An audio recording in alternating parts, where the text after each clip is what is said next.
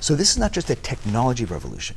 This is a revolution across many, many parts of society that will now bring people into the banking sector, into the financial services sector, allowing them not just to send payments back and forth, but also for savings. Savings for themselves, savings for their children, for education, and also the second revolution that's happening because of this smartphone is healthcare education.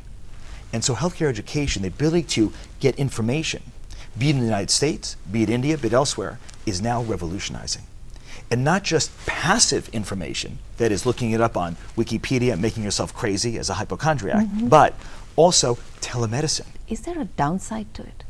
Well, it's a very, very important question. Question of, have we now trained ourselves to be so short attention span that we can't really have thought around where society is going?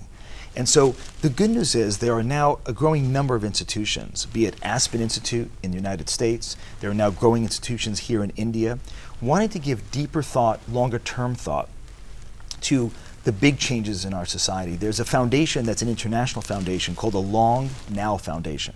Okay. And what they did to demonstrate this very point that you're mentioning is they built a clock that will tell time for 10,000 years. It's a physical clock, it's very, very large, about 6 feet high. And it's meant as a symbol for let's give some long-term thought to where we're going as a society. And so while technology can definitely change us, in fact, there's a new service I just learned about here in the last few months here in India called Jugnu Fatafat, which is using the Hindi word for super quick, allows you like a firefly to go get something and bring it back. And so yes, we're creating a very quick society on the one hand, but also at the same time, thinking about the long-term implications. Again, we're going from 7 billion people on the planet to 9 billion people. And one of the big questions I am asking, and I'm engaging with people around the world is, today there's only about 2.5, 3 billion people on the internet today. We're moving very quickly to 6 billion people on the internet.